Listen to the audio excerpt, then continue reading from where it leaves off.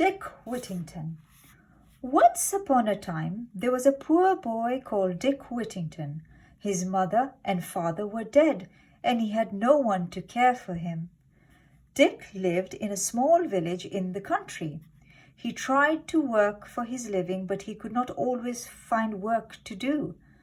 Dick was very poor. His clothes were thin and ragged, and sometimes he had very little to eat.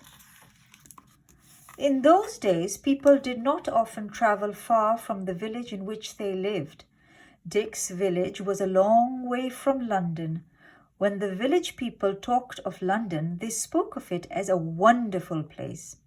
They said that all the people in the city of London were rich. They even said that the streets of London were paved with gold. Dick listened to these tales and he longed to go to London.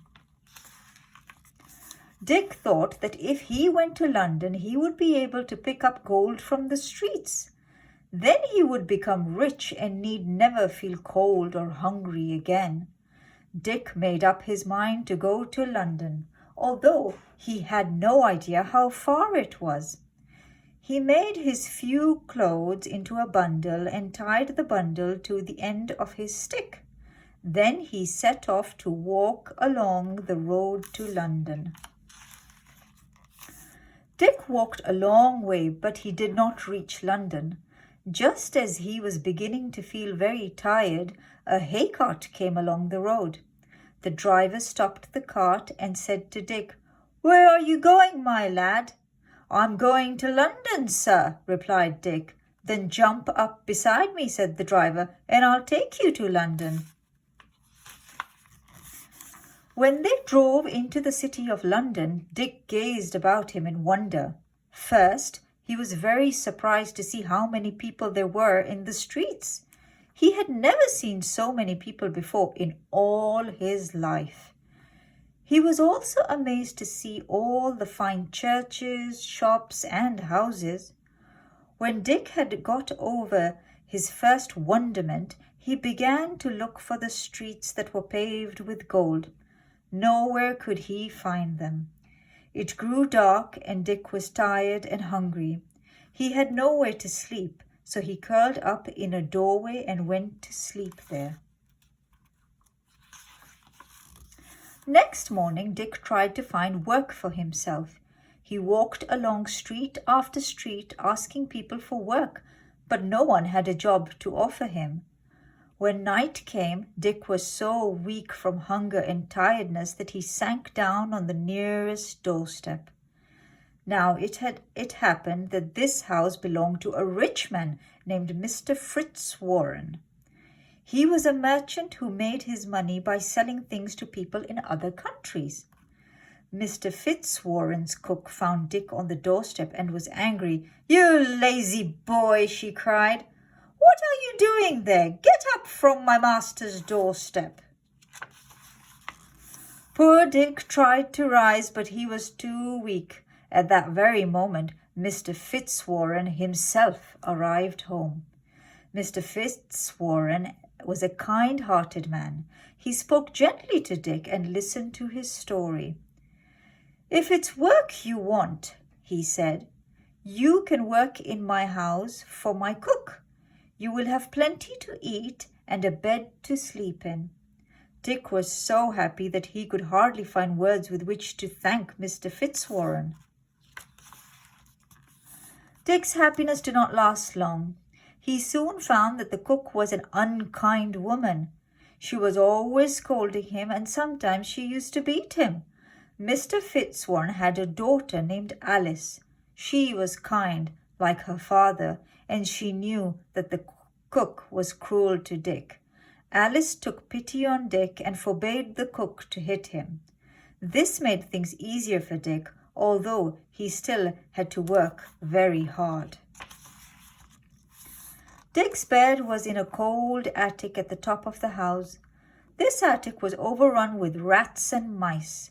At night, as Dick tried to sleep, the rats and mice ran over his bed.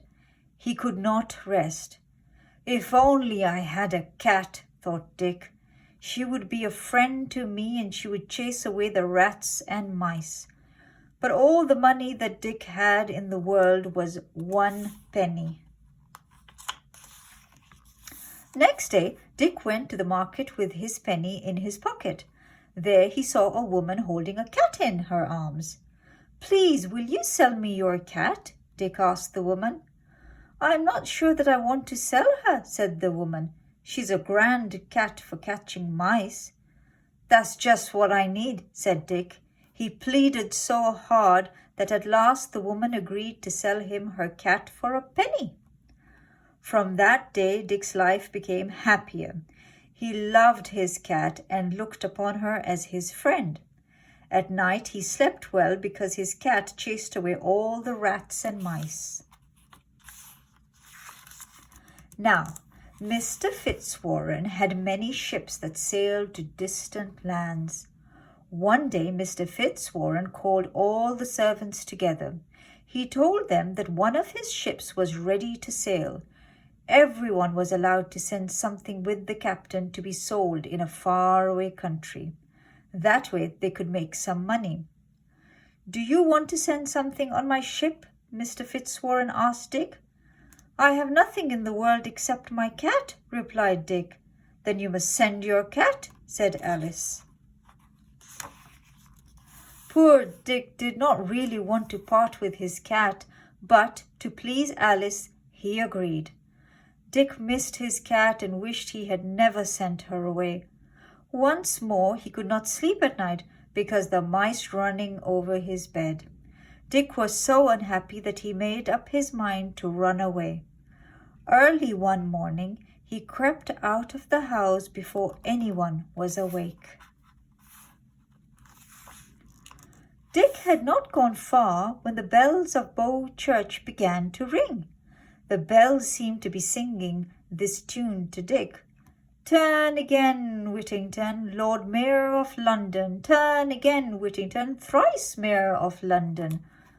"If I am to be Lord Mayor of London," thought Dick, "I will turn again." So before anyone missed him, he turned back to Mr. Fitzwarren's house and let himself in. Meanwhile, on the ship, Dick's cat was making herself very useful. The ship was overrun with rats and mice. Dick's cat was a fine rat catcher, and she soon killed hundreds of them. After sailing for many weeks, the ship came to a far country. The king of the country invited the captain to come to the palace.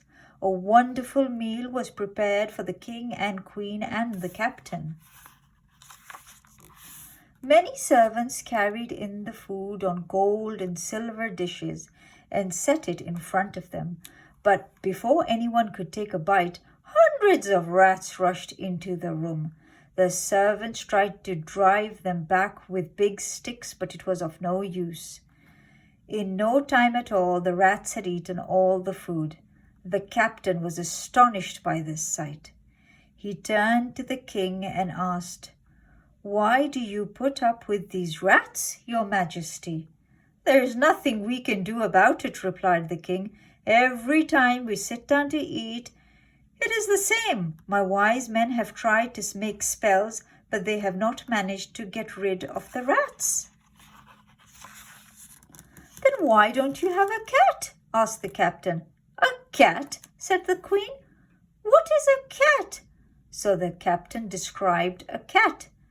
Then the king and queen told him that there was no such animal in the country. "I would give half my kingdom for a cat," said the king.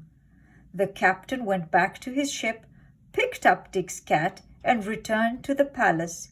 He arrived just as a meal was being served. The rats were beginning to eat the food on the gold and silver dishes.